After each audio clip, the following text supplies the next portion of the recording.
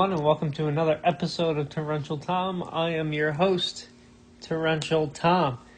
So we're going to get right into it, and as I promised with the a few episodes ago, write a question and I will be happy to answer it. So 4 days ago, we had a comment on one of the videos saying, "Great video, very informative as always, Torrential.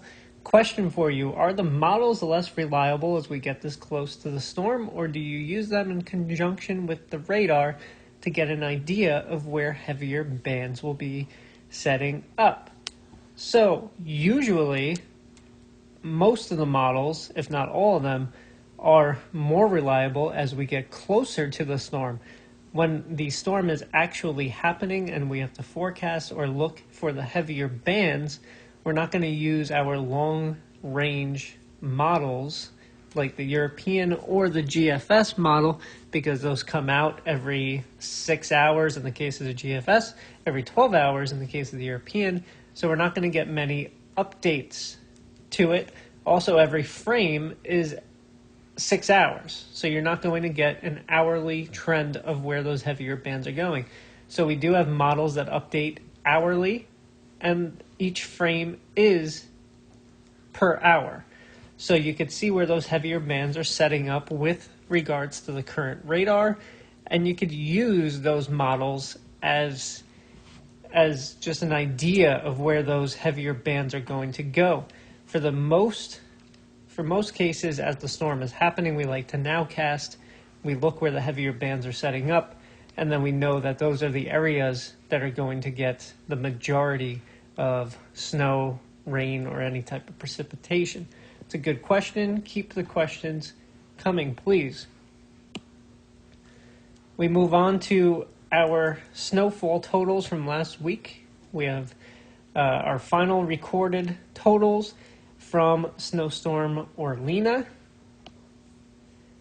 And what I did here was list the highest totals from almost every single county in the local area that I am forecasting for.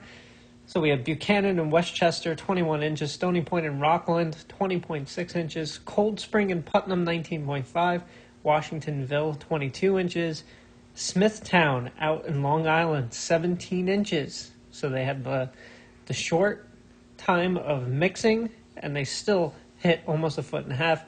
Howard Beach and Queens, 17 inches. Central Park, 17.2. Highest total in 5 years. Passaic County with the bullseye, 26.2 inches in Bloomingdale. Bergen County, Westwood, 22 inches. And in Connecticut, Danbury, Connecticut saw 19 inches. We move ahead now to our current weather, and we have our weather maker for tomorrow, which looks vicious. Looks like there's a lot of precipitation on the current weather map, which there is, but most of the models are showing a weakening and a drawing in the atmosphere as it moves up the Great Lake region, and we have some warmer air that's going to come into our region. So we're going to have a start of some light snow.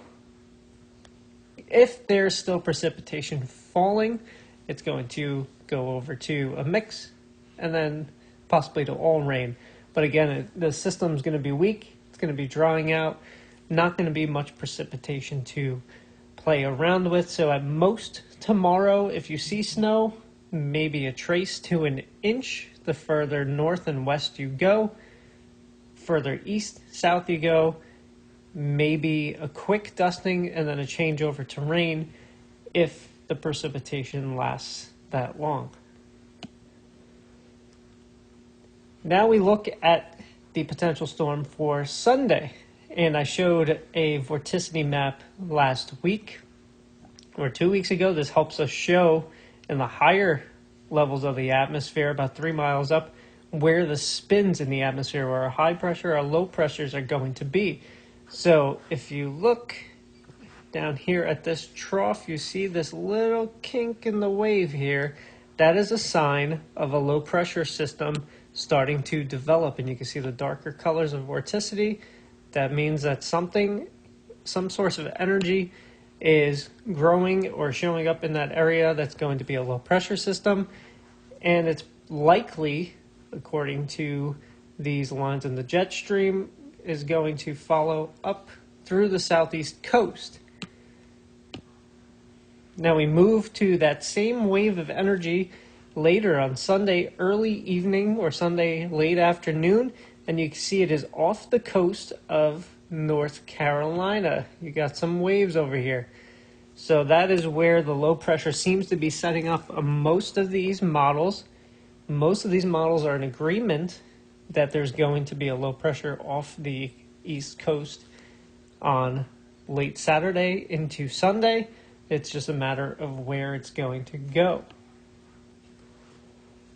And now we look at our 700 millibar jet stream. So it's a little bit lower in the atmosphere, closer to the surface.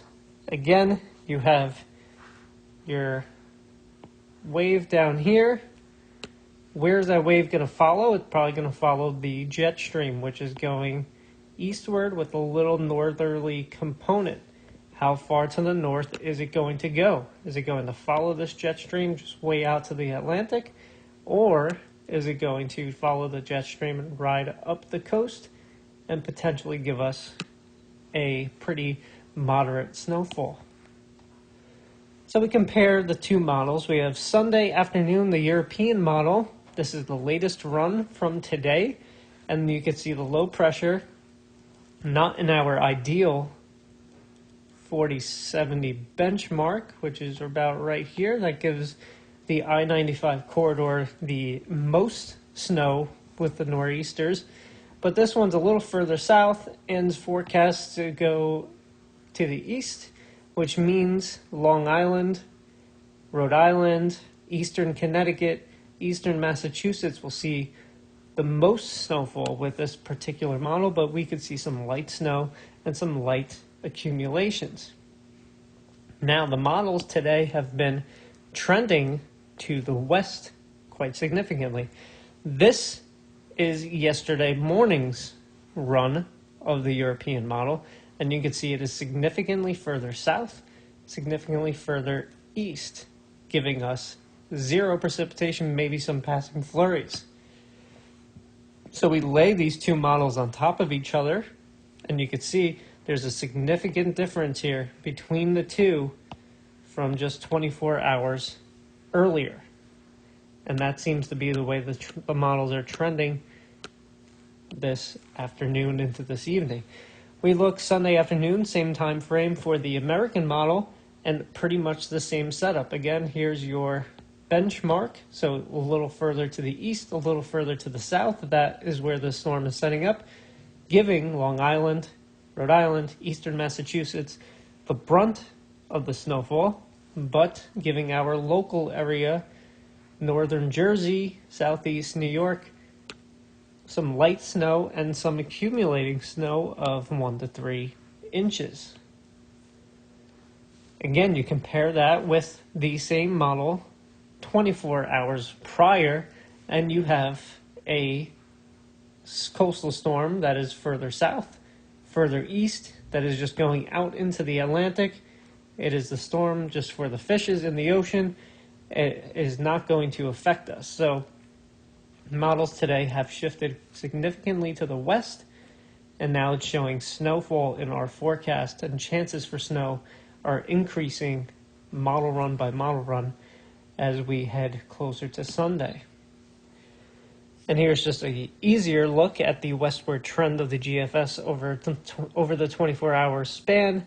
You can see there's a pretty significant difference from just 24 hours on the model runs. So we go back to our torrential meter. This is for tomorrow's storm, not for Sundays. Sundays I will update as we get closer, either tomorrow night or on Saturday. But torrential meter for tomorrow's storm, again, very weak. It's going to be starved of precipitation. 1 out of 5 on the torrential meter, not significant at all. In summary, again, we have the weak storm system tomorrow coming on through. If you experience snow, you can see a quick dusting to a trace to 1 inch at most as you head a little further north. Following that storm, we have a pretty cold weekend. We have that potential for the nor'easter on Sunday. Following that storm on Sunday, we have some colder weather in the middle to end of next week. We also have a very stormy pattern next week, and that is starting actually tomorrow. We have a stormy pattern starting tomorrow all the way through this weekend and to next weekend. We can see some shots at snow, a couple of significant, possibly significant chances of snow.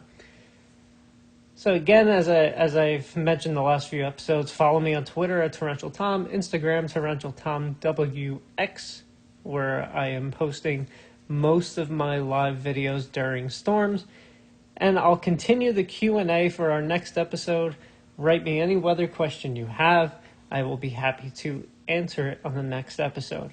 Everybody have a great Friday. I will post a video with the final snowfall forecast for Sunday, either tomorrow night or Saturday morning or afternoon. Have a good night and have a good Friday.